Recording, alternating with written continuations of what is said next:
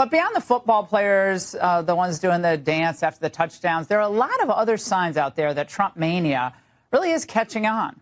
Businesses across the country have changed their tune. Is it a real cultural shift, or is it just a corporate shift? Well, the Coca-Cola CEO visited Trump to gift him a commemorative White House bottle of his favorite soda.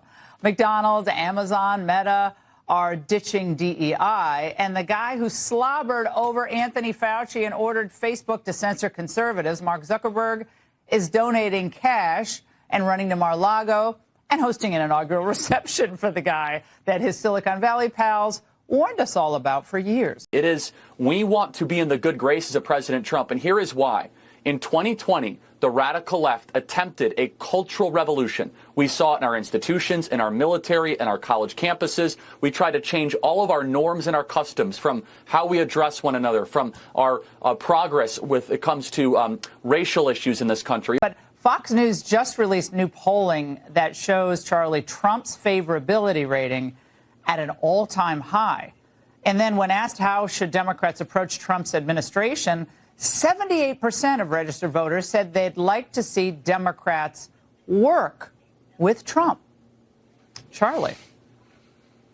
This is somewhat shocking, but the election results were in this direction. Look, the American people are fatigued when it comes to politics, and there's just kind of this agreement that President Trump won. They threw everything humanly possible at him, from lawfare to even him having to dodge a bullet, from everything imaginable, where President Trump is the victor. He is the winner.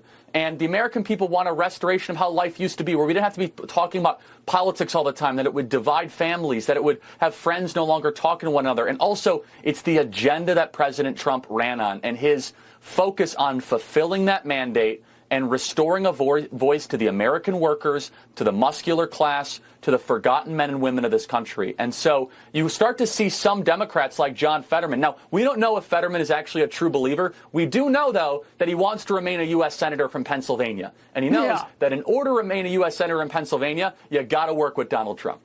Oh, that's just pragmatic. But Trump's always been very pragmatic in dealing with people from all backgrounds. And so the Democrats, in my view, never really understood Trump. They would have been smarter had they found real ways to work with him.